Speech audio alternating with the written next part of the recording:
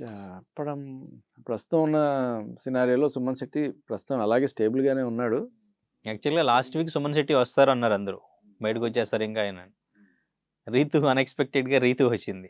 లేదు సుమన్ శెట్టికి ప్లస్ అయింది. గత 2 వారాల క్రితం నుంచి ఆయనకి పాజిటివ్ వేవ్ నడుస్తుండింది.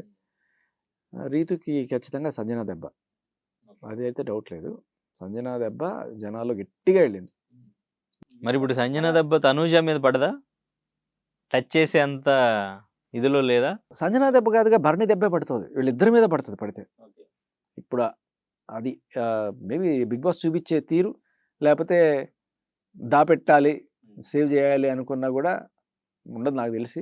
ఖచ్చితంగా వాళ్ళ మీద ఎట్టగో ఫోకస్ ఉంటుంది, టాప్ 2 ఉన్నారు కాబట్టి. ఆ ఫోకస్లో వాళ్ళు ఏదన్నా సరే కొంచెం అది ఒక పప్పెట్ ఓనర్ టైప్లో ఉన్నారంటే మాత్రం లేడీ విన్నర్ చేయాలని ఆల్రెడీ ఫిక్స్ అయిపోయారని వినిపిస్తుంది.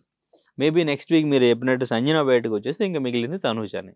తనూజ, కళ్యాణ్ వాళ్ళిద్దరికి మంచి బాండింగ్ ఉంది. తనూజ కోసం కళ్యాణ్ సాక్రిఫైస్ చేస్తాడేమో అనిపిస్తుంది. అది ఒక అద్భుతమైన సినారియో.